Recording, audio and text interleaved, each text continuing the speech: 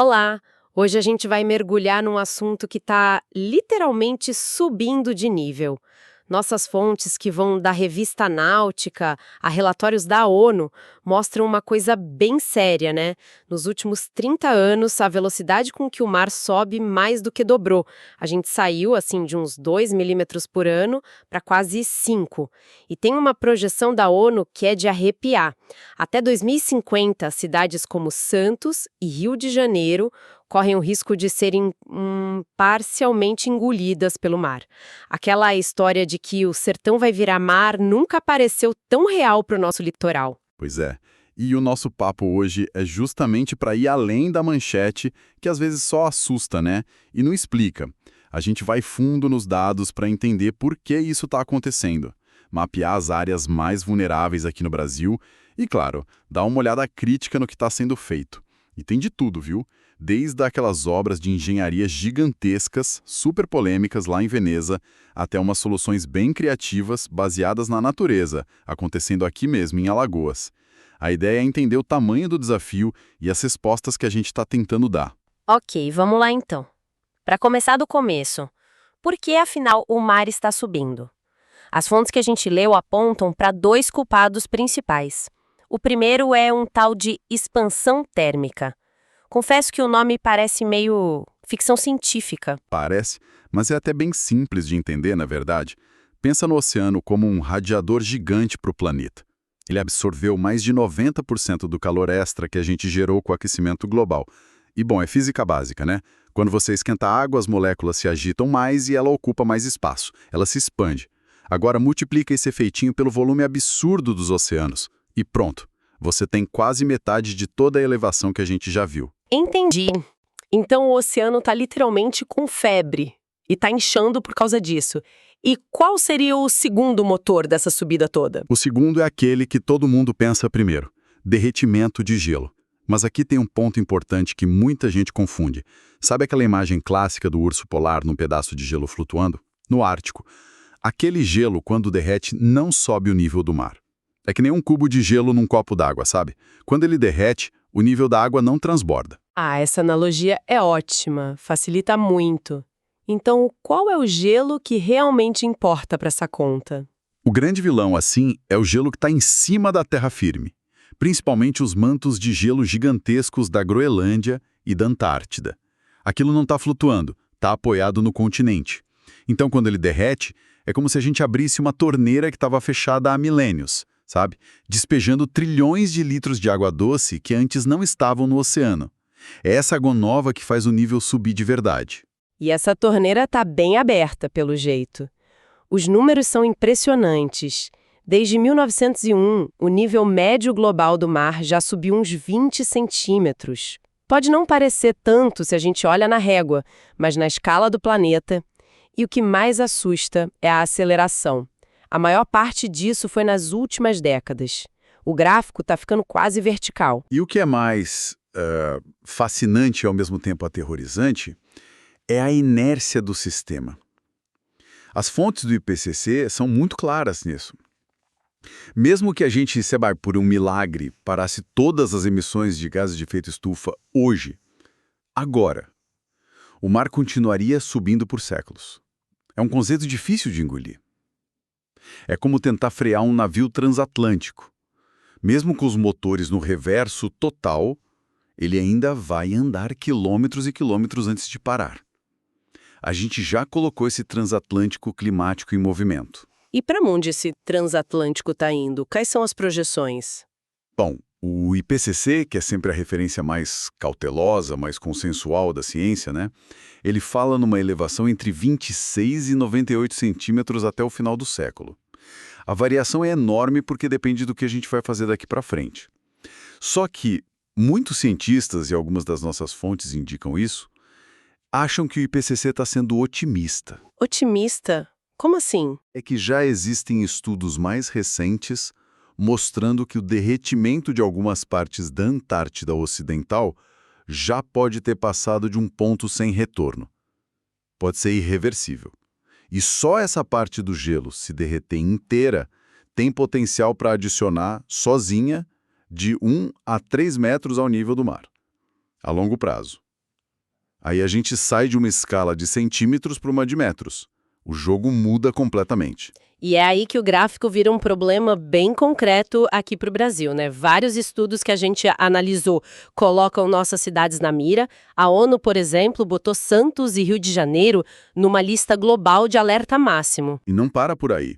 Um estudo da Universidade McGill, lá do Canadá, aponta também para Recife, que, ironicamente, chamam de Veneza brasileira, né? E também para Florianópolis. Aí vem outra organização, a Climate Central, e aumenta o mapa do risco. Coloca Fortaleza, Salvador, Porto Alegre e São Luís na lista. Ou seja, não é um problema isolado. É basicamente toda a nossa costa, onde vive a maior parte da população e onde gira boa parte da economia. Nossa, basicamente, quem comprou apartamento pé na areia precisa começar a se preocupar. Os exemplos que as fontes trazem são muito vívidos. No Rio, não é só a Praia do Leblon que pode sumir. Falamos da Urca, da Barra da Tijuca. Em Salvador, a ameaça chega pertinho de ícones como o Mercado Modelo, o elevador Lacerda. Exato. E isso levanta uma questão fundamental. O problema não é só perder a faixa de areia para botar canga no domingo. O perigo de verdade, que um dos estudos ressalta, é a infraestrutura crítica. Pensa bem, onde ficam os nossos portos? Nossas principais rodovias litorâneas, redes de esgoto, usinas. Tá tudo construído ali, colado no mar, em áreas baixas. São as veias da nossa economia e elas estão na zona de inundação. E tem um outro problema, que é mais sorrateiro, quase invisível. A revista Águas do Brasil detalha bem isso, a tal da intrusão salina. Ah, esse é um dos maiores perigos. É um processo silencioso. Conforme o mar sobe, a pressão da água salgada aumenta e ela começa a se infiltrar no subsolo, avançando continente adentro, sabe? Como se fosse uma esponja de água salgada por baixo da terra. E o resultado disso? Contamina os aquíferos. Nossos reservatórios subterrâneos de água doce, cidades como Fortaleza, Recife, Maceió, elas dependem muito desses aquíferos para o abastecimento. Quando a água salgada chega lá, inutiliza a fonte. Você cria uma crise de água potável num lugar que, ironicamente, está sendo invadido por água. É um paradoxo terrível mesmo. E o governo brasileiro está ciente disso. Tem algum plano? Oficialmente, sim. A ameaça é reconhecida. O Plano Nacional de Adaptação à Mudança do Clima, do Ministério do Meio Ambiente, tem um capítulo inteiro só para as zonas costeiras. Então, no papel, o diagnóstico existe. O tema está na pauta. O desafio, claro, é transformar isso em ação concreta e com investimento pesado. Certo. O cenário é assustador, a infraestrutura está na mira, dá uma sensação de impotência. A pergunta é, a gente só senta à espera ou tem algo que a gente possa fazer? É a pergunta de $1 trilhão. E as fontes mostram que existem basicamente duas grandes filosofias. A primeira é a da força bruta, da engenharia cinza. A mentalidade de lutar contra a maré. E o maior exemplo disso qual seria? Sem dúvida, o projeto MOSE em Veneza. É coisa de filme. Um sistema com 78 comportas de aço, gigantescas, cada uma com 300 toneladas, que ficam no fundo do mar. Quando a maré sobe muito, elas são infladas com ar e se erguem. Formam uma barreira temporária que isola a lagoa do mar. Uau! Isso parece a solução perfeita, uma muralha que sobe do mar para proteger um patrimônio da humanidade. Onde está o problema? Parece bom demais para ser verdade. E como quase tudo que parece bom demais, tem um mais. Primeiro, o custo. Mais de 5 bilhões de euros. Impensável para a maioria das cidades. Segundo, o impacto ambiental. Toda vez que você fecha as comportas, você impede a renovação da água da lagoa. Isso afeta o ecossistema todo. E a grande dúvida, né? E se o mar subir mais do que os engenheiros previram, a barreira vai dar conta? É uma aposta caríssima. Entendi. É uma solução pontual para um lugar muito específico e muito rico.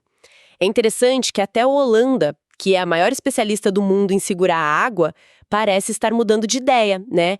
Eles passaram séculos construindo diques cada vez mais altos. A nova filosofia deles é dar espaço para o rio ou para o mar.